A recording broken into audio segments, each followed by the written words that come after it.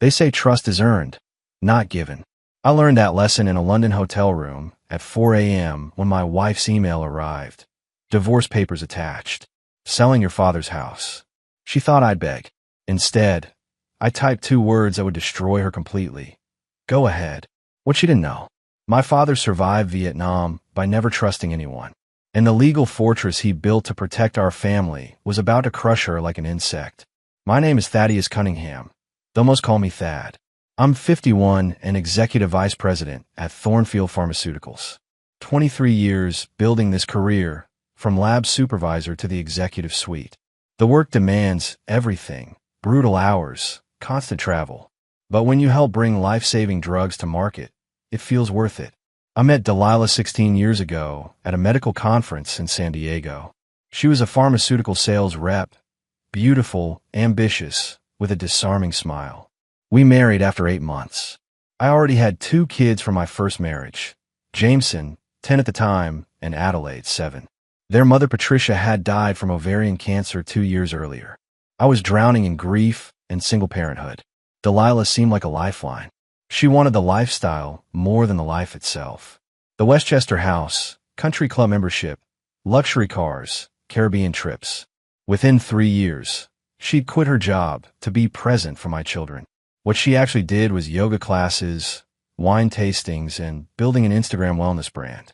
I should have paid attention to how she talked about my father's property. The old man passed 4 years ago, leaving a modest house on 3 acres in Millbrook, upstate New York. Worth maybe $133,000. Not much, but priceless to me. Dad bought it with his first paycheck after Vietnam. He raised me and my 2 brothers there. Every room held memories. Delilah visited twice. Both times she complained about the outdated kitchen, no central air, depressing wood paneling. She'd ask why I didn't just sell it. I'd brush her off, saying I wasn't ready. What I didn't tell her. The property was in an irrevocable trust Dad established to prevent exactly what she had in mind.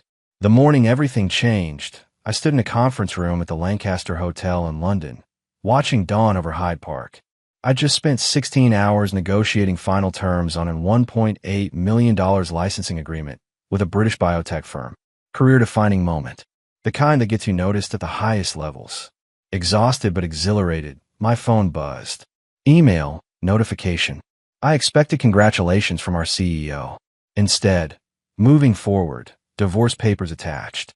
The sender was Delilah. I opened it, pulse hammering. The email was brief, almost cheerful. Thad, I filed for divorce. Papers attached. I'm also selling your father's house in Millbrook for $133,000. I've already accepted an offer. This is my chance to finally live the life I deserve instead of being stuck in your shadow. Sale closes in 2 weeks. Delilah. No explanation. No apology. Just cold announcement while I was 4,000 miles away. For 10 seconds, I felt punched. Then shock gave way to cold clarity. Delilah made a critical mistake. She assumed because Dad left me the house, it was mine to sell. She assumed marriage gave her claim to it. Most importantly, she assumed I hadn't protected Dad's legacy. I typed 2 words, go ahead. Then forwarded her email to my attorney Ruth Kellerman, who'd handled Dad's estate. Added 1 line. She just activated the protection clause. Proceed as discussed. Ruth responded within minutes. On it. This is going to be interesting. I pocketed my phone, straightened my tie, walked back where my British counterparts waited with champagne. As I raised my glass and smiled for photographs, I felt something I hadn't in years. Complete certainty about what came next. Delilah wanted to play games with my father's legacy. She was about to discover some games have rules she never bothered to learn. The flight back from London gave me 12 hours to think. I didn't sleep, didn't watch movies, just sat there reviewing every conversation, every decision, every moment that led to Delilah thinking she could dismantle my father's legacy while I was out of the country. Ruth Kellerman met me at JFK. She's 62, gray hair pulled back tight, eyes that missed nothing. We'd worked together since Dad's passing, and she'd been the one who insisted on bulletproof trust documents. She's already started, Ruth said, sliding into my town car. Called the title company yesterday. Told them she had authorization to sell as your spouse. I looked out the window at Queens rolling past. What did they say? They asked for the trust transfer release. She got confused, started talking about marital property rights. Ruth allowed herself a thin smile. That's when they called me.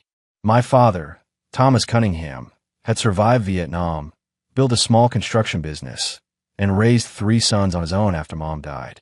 He wasn't educated, but he was smart, especially about protecting what mattered.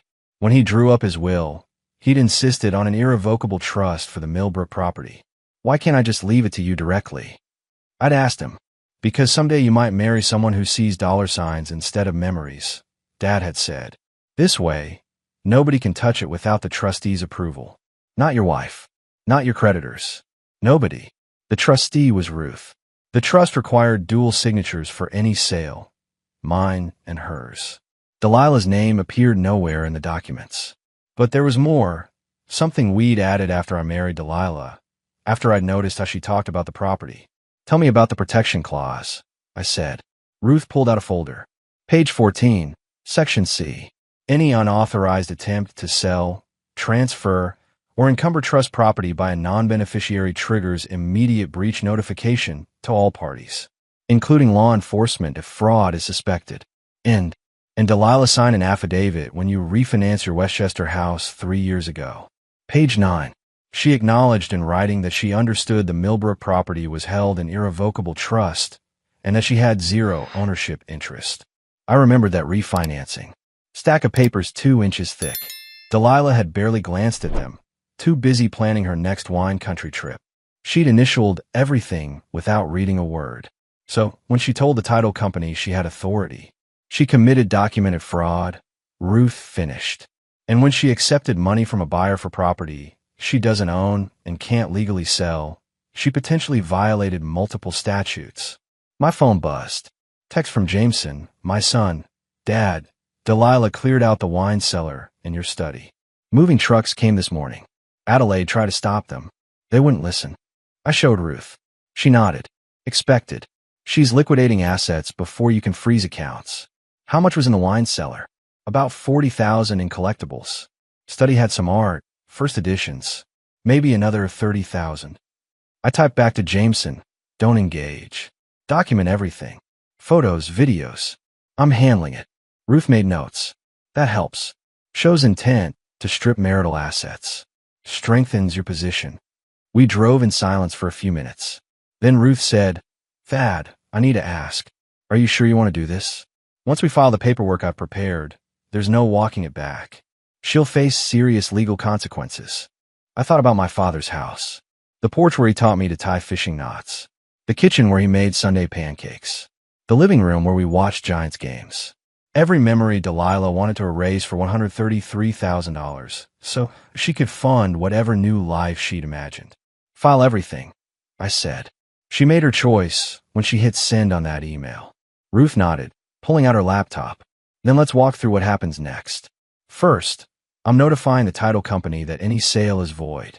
Second, I'm filing emergency motions to freeze your joint accounts and prevent asset dissipation.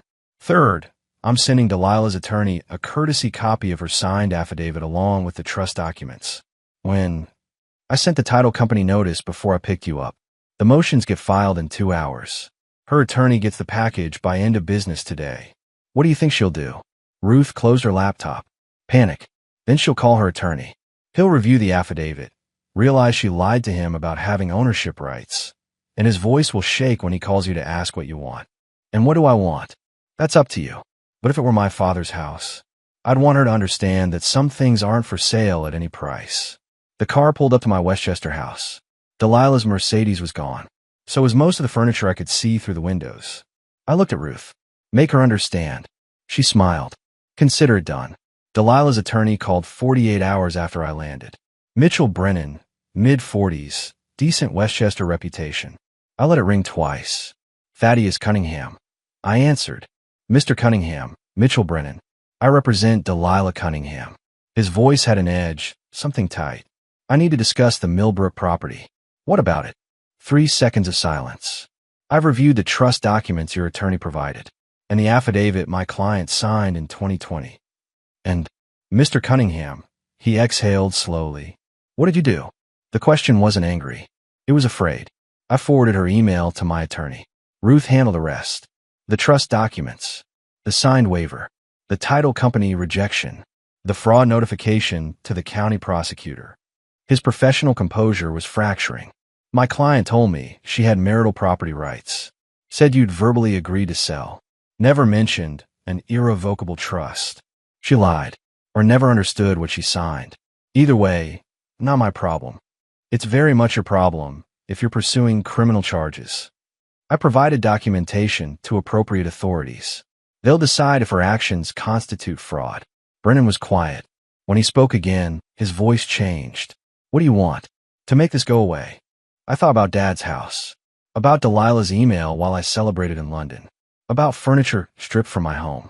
Your client made a calculated decision to sell my father's property while I was overseas. She forged authority she didn't have. Accepted money for property she can't deliver. That's fraud, Mr. Brennan. This is vindictive. This is protective. My father built that trust specifically to prevent someone like Delilah from liquidating family property. What did you do? He asked again, different this time. Almost awed. I said go ahead. Then let her walk into the trap she didn't know existed. He hung up. Ruth called immediately. That was cold, Thad. He needed to understand. She will. Her attorney's explaining she's facing fraud charges, loss of marital assets, zero claim to the property. Reality's hitting. I looked at Dad's photo. Vietnam uniform. Young and serious. Good. Let hit. Adelaide called that evening, voice shaking with anger. Dad, Delilah showed up at my apartment. Crying. Saying you're destroying her. Wants me to convince you to drop the fraud complaint. There's no complaint yet. Just notification to prosecutors. She says you tricked her into signing documents she didn't understand. Addie, she signed an affidavit 3 years ago explicitly acknowledging the Millbrook property was an irrevocable trust. She initialed it. Notary witnessed it. That's documentation, not trickery. She claims you rushed her. Signing took 2 hours. Notary read everything aloud. Delilah spent most of it texting about yoga retreats. I paused. What else? She says you froze her accounts. Left her with nothing. I froze joint accounts after she cleared $40,000 in wine and $30,000 in art from my study. Emergency motion after documented removal. Adelaide went quiet. Dad, I need to tell you something. 2 years ago, Delilah offered me $50,000. My stomach tightened. For what? To convince you to remove Jameson and me from your will. She said it was time to prioritize your current family over adult children. Adelaide's voice broke. I told her to go to hell. Jameson and I decided not to tell you because we didn't want to blow up your marriage. 2 years ago, when Delilah stopped asking questions, when she started talking about Millbrook more, positioning herself. It's not your fault, Addie. What are you going to do? Forward this to Ruth. Attempting to manipulate beneficiaries shows premeditation. Strengthens the fraud case significantly. Will she go to jail? Probably not. But she'll face real consequences. Good. She tried to erase us, Dad. Like Mom never existed. Like Grandpa's house meant nothing. After hanging up, I forwarded everything to Ruth. Additional evidence of premeditation. Beneficiary manipulation 2 years before fraud attempt. Ruth's response. This changes everything. She wasn't impulsive. She was systematic. Jameson called an hour later, exhausted. Delilah's attorney called. Wanted me to testify you're controlling and vengeful. What did you say? That you tried to bribe Adelaide. Treated Grandpa's house like garbage. Cleared out family property while you were overseas. He paused. He hung up fast. How bad will this get? I looked at Ruth's documents. Trust papers. Affidavits. Bank freezes. Machinery of consequence grinding forward. Worse before better. For Delilah, anyway. You okay? 16-year marriage disintegrating. Wife revealed as opportunist. Life temporarily displaced. Better than fine, I said honestly. This needed to happen. Sitting alone afterward, I felt unexpected relief. Not happiness. Just relief that pretending was over. Ruth called 3 days later with news I hadn't expected. Thad, we need to talk about Delilah's social media presence. Specifically, her Instagram account. I was in my temporary apartment, reviewing pharmaceutical trial data. What about it? She has 83,000 followers. Posts about wellness, luxury lifestyle, wine culture. Very polished, very aspirational. Ruth paused and completely fabricated. Explain. I hired a digital forensic specialist after Adelaide mentioned Delilah's constant phone use. Turns out 68,000 of those followers are purchase bots. The engagement, likes, comments, mostly fake accounts she's paying a company in Bangladesh $3,000 monthly to maintain. $3,000 a month? From where? Joint accounts. Tagged as marketing consulting. Been going on for 4 years. That $144,000 of marital assets spent on fake internet popularity. I set down my pen. She was building a brand. Trying to. She pitched herself to wine companies, wellness retreats, luxury hotels as an influencer. Wanted sponsorship deals. Problem is, real companies do follower audits. They all rejected her because the engagement was obviously fake. How'd you find this? Her laptop. She left it at the house when she cleared out. I got a warrant to search it as part of the asset dissipation investigation. Ruth's voice took on an edge. Thad, she kept spreadsheets. Lists of what she spent, what she claimed to spend. She wrote off your wine collection as content props for brand building. The art from your study. Lifestyle staging materials. She was planning to sell my belongings and call it business expenses. Exactly. And there's more. Found emails to her friend group. Women you've entertained at your house, whose husbands you've helped with pharmaceutical contacts. She called you the walking checkbook and emotionally absent money machine. The word should have stung. They didn't. They clarified. What else? Draft posts she never published. One from 8 months ago. Sometimes the life you're living is just the price you pay for the life you're planning. Another from last year. Patience is knowing your time is coming. Ruth let that sink in. She was documenting her own premeditation. Can we use this? Already compiling it. Shows systematic planning, asset conversion, fraudulent misrepresentation of expenses. Combined with the trust fraud and beneficiary manipulation, this becomes a pattern of financial predation spanning years. Prosecutors will want this. They already do. I forwarded preliminary findings this morning. They're expanding the investigation beyond the Millbrook fraud to potential wire fraud and tax evasion. I walked to my window, looked out at Westchester County.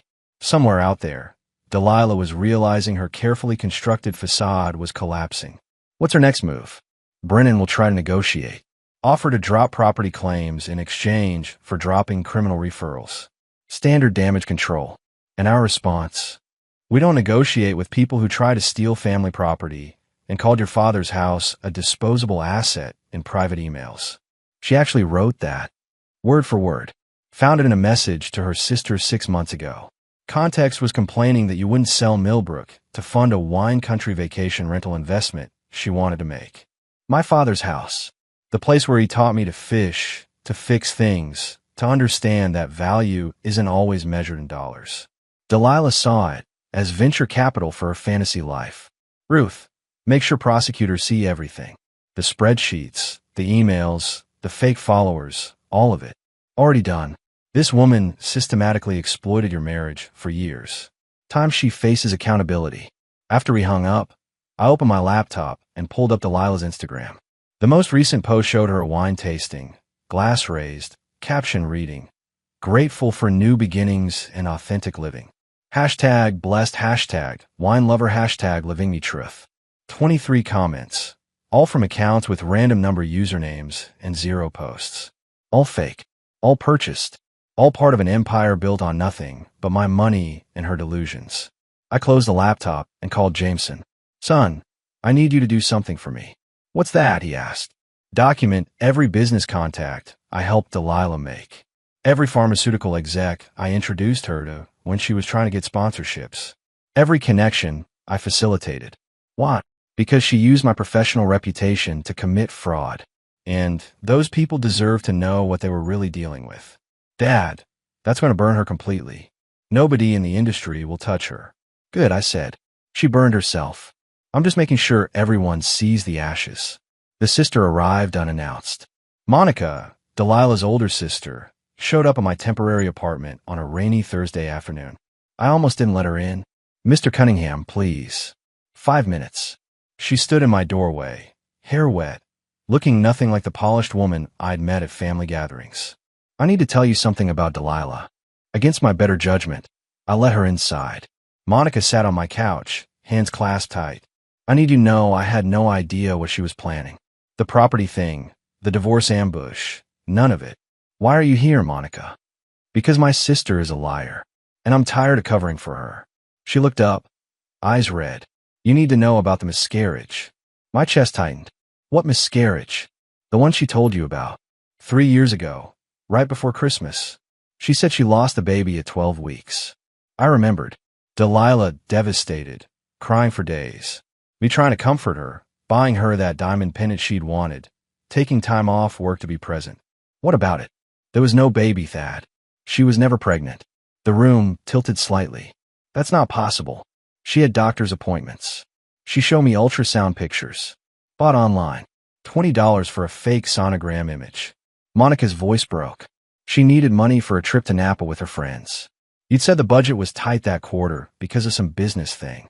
So she invented a pregnancy, invented a miscarriage, and got you to give her an $85,000 grief gift that she immediately sold to fund 6 months of living like a celebrity. You're lying. I wish I was. But I watched her do it. She called me laughing about how easy you were to manipulate. Said you were so guilty about working long hours that you'd believe anything that made you feel like a bad husband. Monica pulled out her phone. I saved the text messages. I don't know why. Maybe I knew someday I'd need them. She handed me the phone. I read through messages from 3 years ago. Just told T about the miscarriage. He's devastated. Mission accomplished. He bought me the pendant and a trip to Sedona. Easiest $85,000 I ever made. You should try this with Richard. Men are so stupid when you cry. I handed the phone back, hands steady despite the rage building in my chest. Why are you telling me now? Because she called me yesterday. Asked me to testify that you forced her to sign legal documents she didn't understand. Asked me to lie under oath to save her from fraud charges. Monica stood up. I won't do it. She's my sister, but what she's done to you, to your kids, to your father's memory, it's unforgivable. Will you give a statement to my attorney? Already did. Called Ruth Kellerman this morning. Gave her everything. The fake pregnancy texts, emails about her planning to divorce you while she was pretending everything was fine, conversations about her trying to manipulate Adelaide and Jameson. She moved toward the door. There's one more thing. The abortion. I stood up slowly. What abortion? 2 years ago. She got pregnant. Actually pregnant this time. Didn't tell you. Had an abortion at a clinic in New Jersey. Paid cash so insurance wouldn't show it. She told me she wasn't going to ruin her body for a baby that would just tie her to you longer. The words hit like physical blows. Monica continued. Then last year, another one. Same clinic. Same reasoning. She'd tell you she was at yoga retreats or wine tastings. She was terminating pregnancies while telling you she wanted children. After Monica left, I sat in the dark for an hour. Then I called Ruth. We need to add everything Monica provided to the case file. I said, voice hollow. Already on it. Thad, this isn't just fraud anymore. This is systematic psychological abuse, financial exploitation, reproductive coercion through deception. Ruth stopped. Are you okay? No, I said honestly. But I will be. After this is over. It will be over. And she'll face every consequence she earned. I looked at my father's photo again. Wondered what he'd think of all this. Then I remembered something he told me after Mom died. Son, some people take from you. Some people give to you. Know the difference and act accordingly. I knew the difference now. The Westchester County District Attorney's Office called on a Tuesday morning. Assistant DA named Sarah Park wanted to meet. I agreed to her office, 2 p.m. that afternoon. Park was younger than I expected, maybe 35, with sharp eyes that missed nothing. She had 3 folders stacked on her desk when I arrived. Mr. Cunningham, thank you for coming. She gestured to a chair.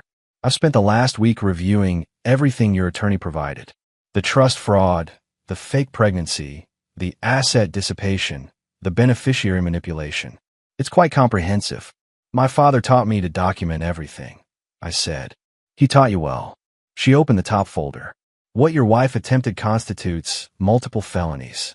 Real estate fraud, wire fraud, insurance fraud through the fake pregnancy claim. The question is how we proceed.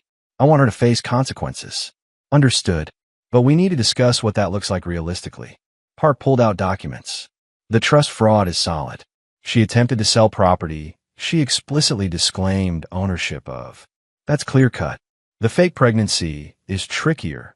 You gave her the money voluntarily, even if based on lies. So she gets away with that. Not exactly. It establishes pattern of deception, supports the fraud charges, makes her claims of misunderstanding impossible to believe. She flipped pages.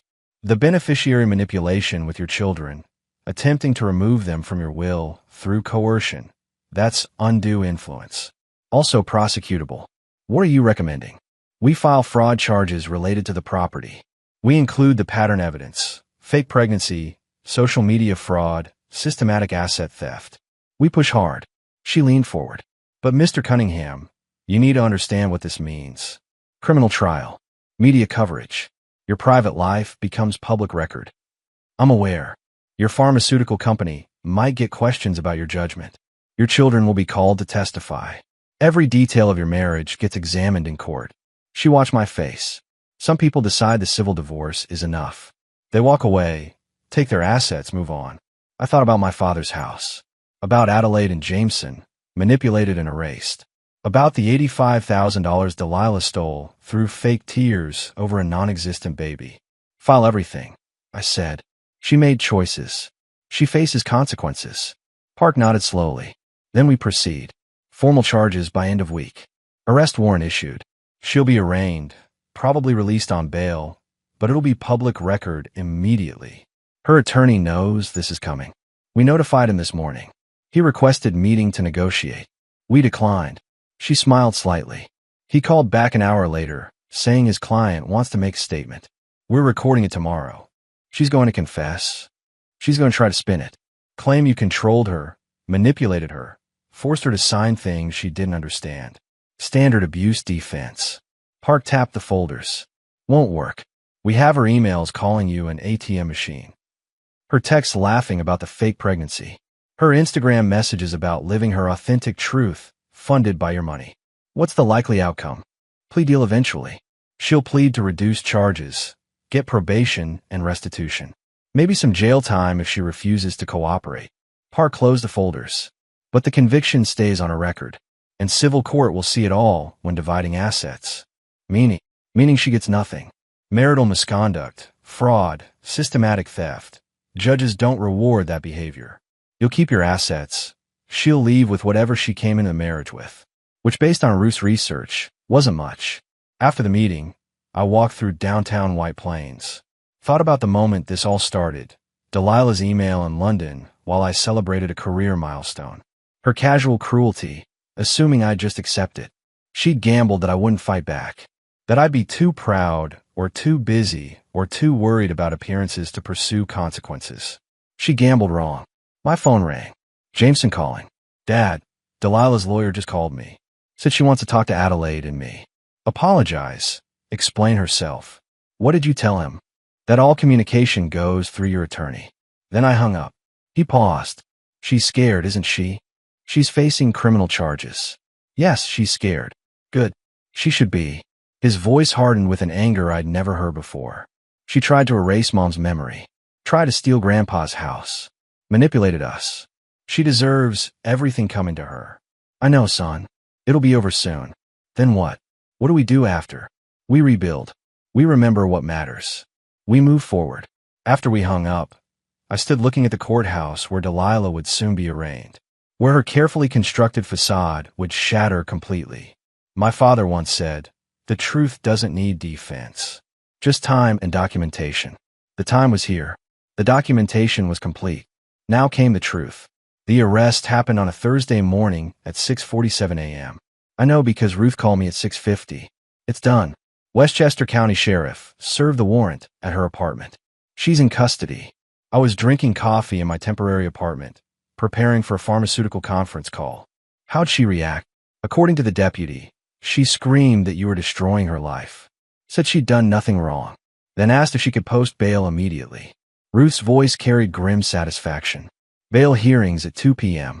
Judge will likely release her on recognizance, given the nonviolent charges. But the arrest record is permanent. Media. County courthouse reporter was there. Story hits local news by noon, regional by evening. Your name will be mentioned as the victim of fraud, but focus will be on her charges. The story broke at 11:23 a.m. Westchester woman arrested for real estate fraud. Attempted theft of trust property. By noon, 3 news outlets had picked it up. By 2 p.m., when Delilah appeared before the judge, cameras were outside the courthouse. Adelaide called at 2:47 p.m., voice tight. "Dad, it's everywhere." Local Facebook groups, news sites, even some of the pharmaceutical industry newsletters. Everyone knows. "Are you okay?" "I'm fine." Getting messages from people asking if it's true. "I'm telling them to read the public records." She paused.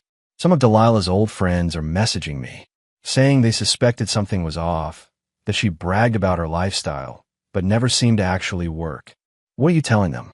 "That she systematically defrauded our family for years and is now facing legal consequences." Some are shocked. Others are saying they're not surprised. Jameson called an hour later from his Philadelphia office. "Dad, my boss just asked me about it. Someone sent in the news article. He wanted to know if I needed time off." "Do you?" "No." I told him the situation, that you're handling it appropriately, and that I'm focused on work. He was actually supportive. Said his sister went through something similar. Husband stealing from family trust. How'd that end? "Prison. 2 years federal time for wire fraud." Jameson's voice shifted. "Think Delilah will do time?" "Depends on the plea deal. Park thinks probation and restitution, most likely." "That doesn't seem like enough." "It's not about enough, son. It's about establishing truth and protecting what Dad left us. The criminal record does that. She'll carry this conviction for life." By 5 p.m., Delilah's Instagram had gone dark. All posts deleted. Accounts set to private. Her followers, real and fake, were messaging each other, sharing screenshots of her old posts about authentic living and manifesting abundance. Someone had created a parody account, Delilah's Real Life. It posted her booking photo alongside old Instagram posts. Caption: manifesting felony charges. Hashtag authentic living, hashtag fraud life, hashtag blessed. Ruth called at 6 p.m. Thad, Brennan withdrew as her attorney. Conflict of interest. He says she lied to him about material facts. She's scrambling to find new representation. Will she find someone? Eventually. But no one good will touch this case. Too much evidence. Too much documentation. She'll end up with whoever needs the billable hours and doesn't care about losing. What happens next? Preliminary hearing in 3 weeks. Discovery phase where her new attorney sees the full scope of evidence. Then plea negotiations. Ruth paused. Thad, she's going to lose everything. Her reputation, her social circle, her freedom to travel, her ability to get credit or housing. This follows her forever. She made the choices. I know. Just want you to understand how complete this destruction is. I looked at my father's photo on my temporary desk. Thought about his house, still standing in Millbrook, still protected, still full of memories she'd want to liquidate. She tried to destroy what my father built, I said quietly. Fair that she faces destruction in return. Your father would agree, Ruth said. He'd say justice isn't revenge. It's balance. That evening, I drove to Millbrook. Hadn't been there since before London. The house stood quiet in the fading light, exactly as Dad had left it. Wood paneling Delilah hated. Kitchen she called outdated. Porch where he taught me about integrity. I sat on that porch as darkness fell, listening to crickets, feeling something I hadn't felt in months. Peace. My phone buzzed. Text from an unknown number. You destroyed me. I hope you're happy. Delilah. Reaching out from whatever hole she was hiding in. I typed back. I protected my family. You destroyed yourself. Then I blocked the number, pocketed my phone, and sat in the silence of my father's house. The house she'd never touch, never sell, never erase. Some things, I'd learned, are worth fighting for. 8 months after the arrest, Delilah's new attorney called Ruth requesting a meeting. They wanted to discuss a plea agreement. Ruth invited me to her office for the conversation. Mitchell Brennan's replacement was a woman named Patricia Hale, late 50s, experienced in white-collar crime. She looked tired when she arrived. Mr. Cunningham, my client wants to resolve this without trial. She's prepared to plead guilty to fraud charges in exchange for probation and restitution. What restitution? I asked. Full return of the $85,000 from the fake pregnancy claim. Replacement value of the wine collection and art. Approximately $70,000. plus legal fees you've incurred defending against her fraudulent property sale. Ruth leaned forward. That's barely a third of actual damages. What about the trust fund money she diverted from his children? The Instagram fraud spending? The systematic asset dissipation? Hale shifted uncomfortably. My client has limited means to pay more. She's currently unemployed and unemployable in her previous field. The pharmaceutical industry has blacklisted her after your son circulated information about her fraud conviction. That wasn't revenge, I said. That was protecting an industry from a demonstrated fraud. Regardless, she can't pay what she doesn't have. Hale pulled out documents. The plea deal includes 5 years probation, 200 hours community service, permanent fraud conviction on her record, and a restraining order preventing contact with you or your children. Prison time, Ruth asked. Suspended sentence. 2 years, suspended contingent on successful completion of probation. If she violates terms, she goes to prison immediately. I looked at Ruth. She gave a slight nod. This was probably the best realistic outcome. What does she give up in the divorce? I asked. Everything. She waives all claims to marital assets, your retirement accounts, the Westchester house, future earnings, everything. She leaves with what she brought into the marriage, approximately $14,000 in personal savings, and the Millbrook property, explicitly acknowledged as trust property with zero claim from her. That acknowledgement becomes part of the public record. Ruth tapped her pen. We want one more thing. Public statement from your client acknowledging the fraud, apologizing to Mr. Cunningham and his children, and admitting she attempted to sell property she knew she didn't own. Hale winced. That's a big ask. It's non-negotiable, I said. She humiliated my family publicly. She gets to own it publicly. Hale made notes. I'll discuss with my client. 2 weeks later, the plea agreement was signed. Delilah stood before Judge Raymond Kowalski in Westchester County Court and read a prepared statement. I acknowledge that I committed fraud against my husband Thaddeus Cunningham and his family. I attempted to sell property held in trust that I had no legal right to transfer. I fabricated a pregnancy and miscarriage to obtain money under false pretenses. I manipulated my stepchildren and attempted to remove them from their father's will. I systematically stole marital assets to fund a lifestyle I hadn't earned. I accept full responsibility for my actions and apologize to the Cunningham family for the harm I caused. Her voice was flat, emotionless, required words without genuine remorse. But they were public record now, recorded and filed. Judge Kowalski accepted the plea, imposed 5 years probation, and issued the restraining order. Ms. Brennan, he said, she'd taken back her maiden name, you've admitted to systematic fraud against a family that welcomed you. You betrayed trust, manipulated children, and attempted to steal property protected by a man who survived war to build something meaningful. You're fortunate this court is showing leniency. I suggest you use these 5 years to reflect on the person you've become. Outside the courthouse, Adelaide and Jameson waited. It's really over? Adelaide asked. The legal part is, I said. The rest is just moving forward. What happens to her now? Jameson asked. She starts over with nothing. No reputation, no money, no connections. Exactly what she tried to do to us. We drove to Millbrook that afternoon. All 3 of us. First time the kids had been back since everything started. The house stood unchanged. Same wood paneling, same outdated kitchen, same memories. Why'd she hate this place so much? Adelaide asked, running her hand along the porch railing. Because she only saw dollar signs. Never understood what it represented. What does it represent? Jameson asked. I looked at my children, standing in the place their grandfather built. Permanence. Integrity. The idea that some things matter more than money. We spent the afternoon there, cleaning and organizing, remembering. As the sun set, we sat on the porch where Dad used to sit. What now, Dad? Adelaide asked. Now we rebuild.